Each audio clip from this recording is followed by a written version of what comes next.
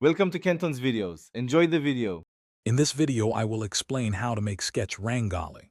First, gather your materials, which typically include a drawing surface, pencils, erasers, and various coloring mediums.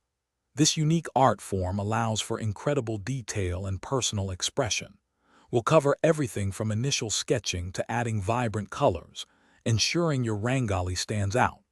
Get ready to transform a blank space into a stunning piece of traditional art with just a few easy steps. To begin your sketch Rangoli, you'll need a few essential items.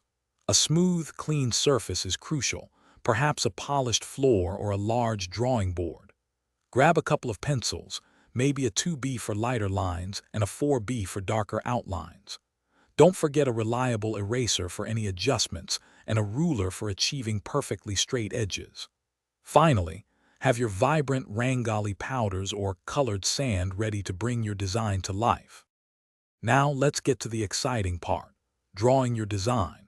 Begin by lightly sketching your chosen pattern onto your prepared surface using a pencil.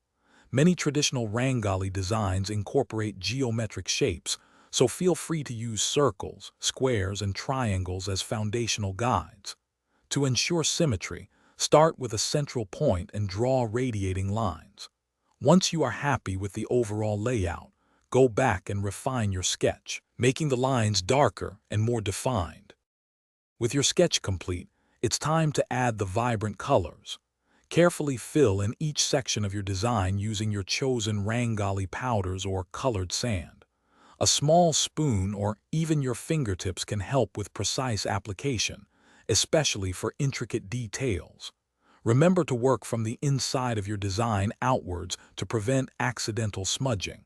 Once all the colors are in place, you can add decorative elements like small dias or fresh flowers to give your beautiful sketch Rangoli a truly festive and finished look. Thanks for watching. Consider subscribing if we helped you.